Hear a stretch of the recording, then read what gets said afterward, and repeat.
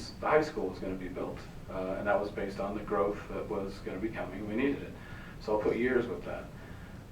The elementary school was going to open in 2003, middle school in 2005, the high school in 2007. You look back at when the high school opened, it did not open in 2007. It opened in 2005.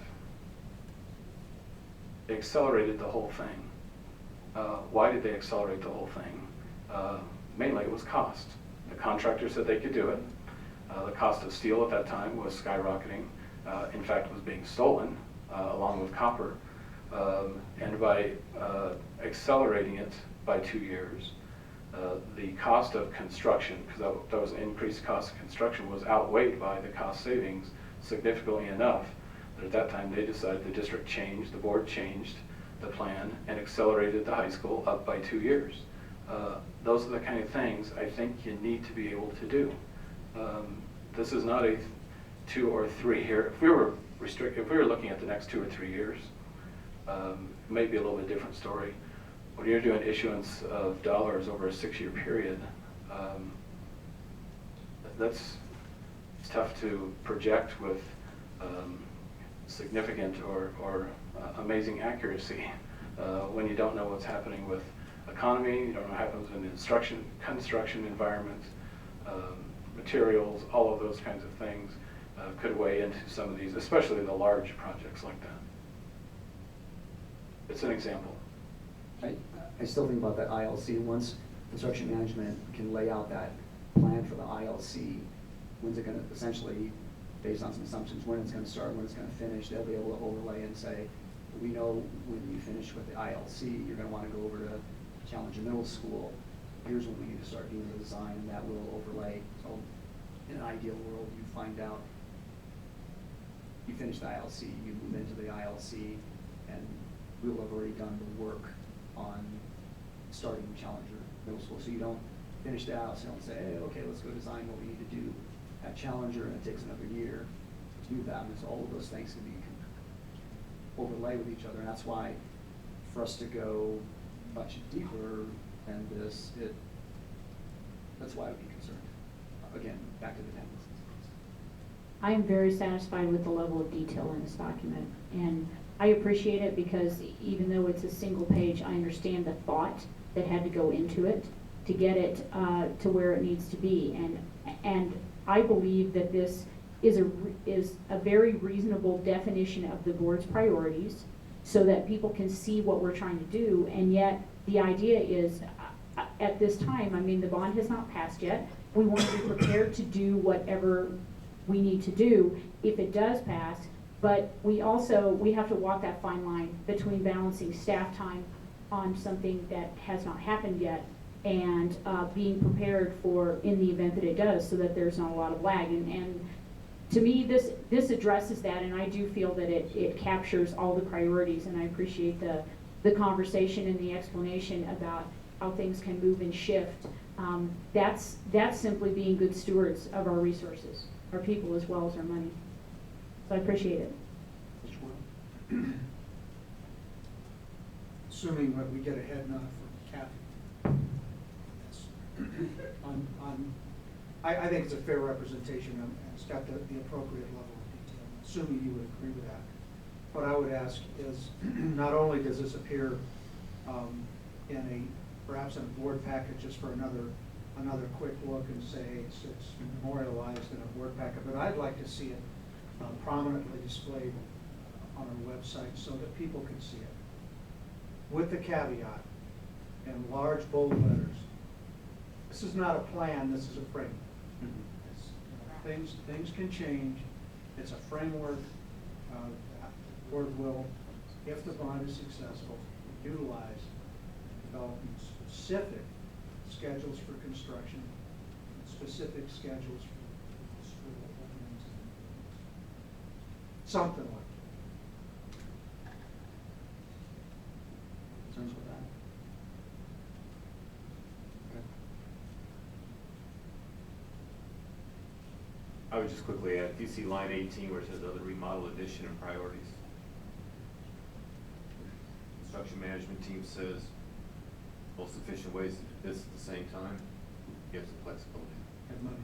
Yeah, and that's really what the intent is, without us trying to lay out some additional projects.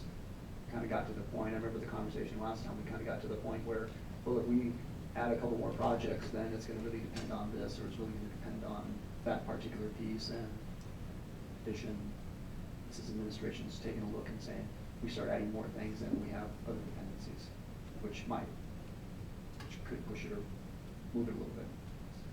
Well, it's a nod to the understanding that this is not our area of expertise. Construction management is not at all our area of expertise, but our job here is governance and accountability and oversight. So I'm hoping that this document appears to me to give good direction, and that's our job, is to give direction without the specificity that would tie the hands of the people who are experts. Okay. Yeah, Mrs. Ford? Just to add what Mr. Borland was saying, if we were to put something like this on the website, I think we have to be very clear on that other remodel addition priorities, that we are not just coming up with our own. This is as per schedule already. Oh, does that make sense? The list of projects. Yeah, that we're not just making up our own now, that this is referring I back see what you're saying. To the work of the. right, to the Capital original growth. spreadsheet. We could cite the actual resolution number like Yeah. that's in the ballot question. Yeah. Cite that resolution number that has all those projects. Because it's an interesting thing, we don't, it's a balance. We don't want to appear like we are writing, we definitely are not writing blank checks, we're being very specific, but we don't want to tie the hands of our construction management, because like we said before, we don't want to lay the road and have to dig it up again. We want to be very efficient and very good stewards of the taxpayers' dollars, while sticking to what we have already promised that we would do. So that's why there's this bucket number that's unspecified. And it's not because it's unspecified, it's just unspecified which exact project we would do.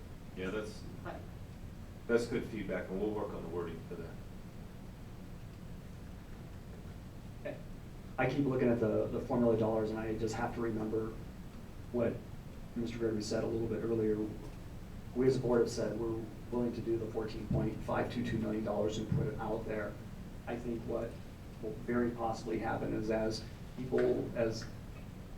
the school improvement side, when they start coming in and looking at when their projects will start aligning, assuming the bond passes, when you look at all of the remodels and the additions, the bigger construction, not so much the new construction projects, because those are really independent from dealing with the kids and so on and so forth.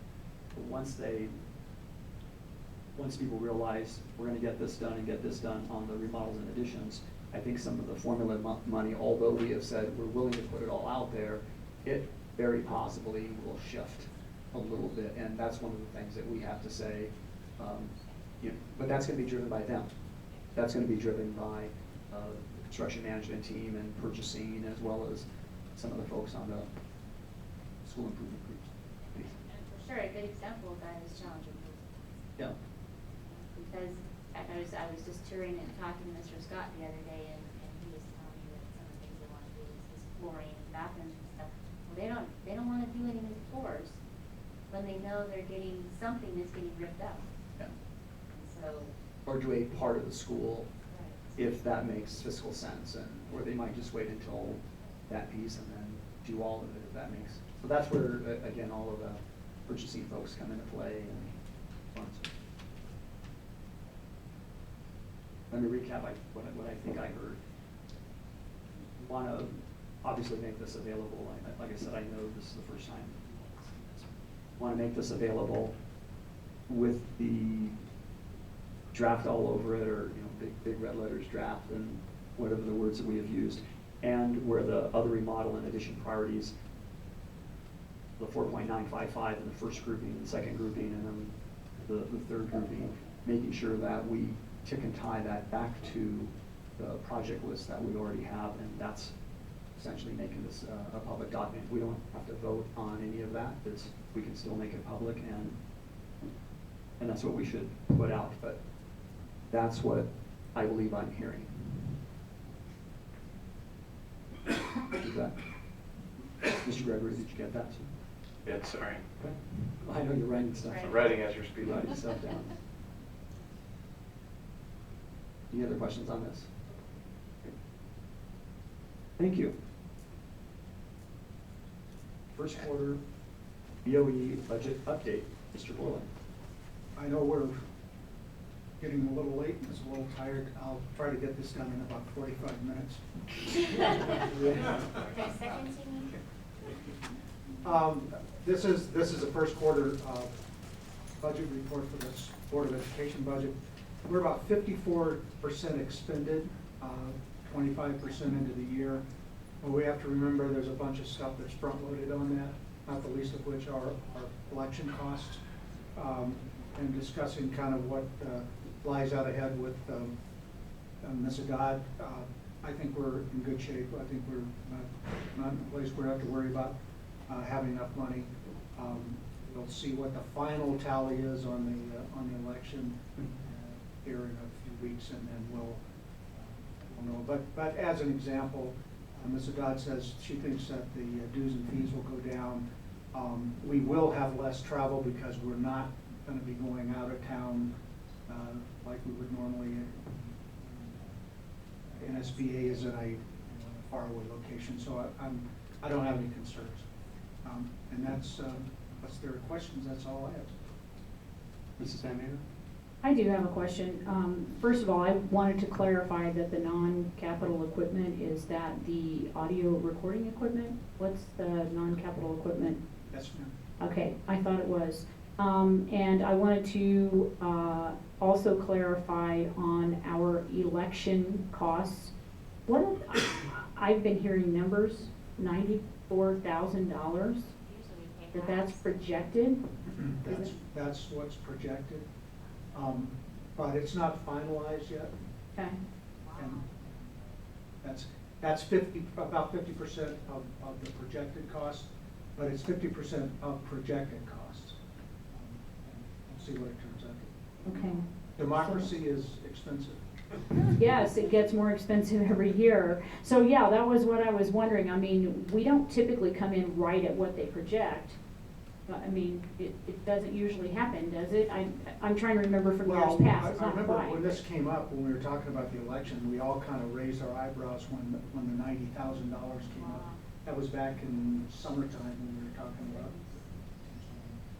And, yeah, it's, you know, that $60,000 came from historical Mhm. coverages. I hate to see we missed that by 30,000, but if so, I guess we learned something. Well, it used to be. We've never paid more than that. We've never paid more than 60,000. That's our highest ever. According to the past board members who have weighed in on that issue, and we've never paid that much since I've been on the board, but it keeps climbing. I don't know. So, In fact, yes. the presidential election would be cheaper with so much on the ballot. Well, yeah, based on all of the school districts have to go in and everything else, so that's why I'm so shocked about this, because usually the more issues there are on the ballot. I don't want to speak for Mr. Gorman, but it could be that has in fact gotten more expensive to run elections. Well, yeah, it has. Well, I know the last minute And voter things are, I mean, there are some things that they're having to do that. so if it comes close to that, do you have some ideas about what we'll be doing in our budget? to deal Well, I with think it? we'll all have to take a pay cut.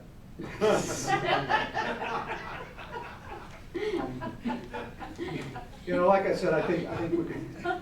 And then when we're done with that.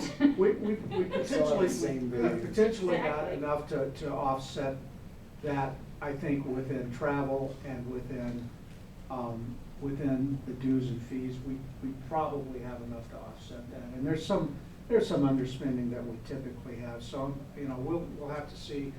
The larger question is, as we go forward and we look at our budget for next year, knowing that we will have another election next year, we may need to actually increase our budget. I mean, it may be a necessity to do so. Yeah. Well, Mr. Brolin, did you already take off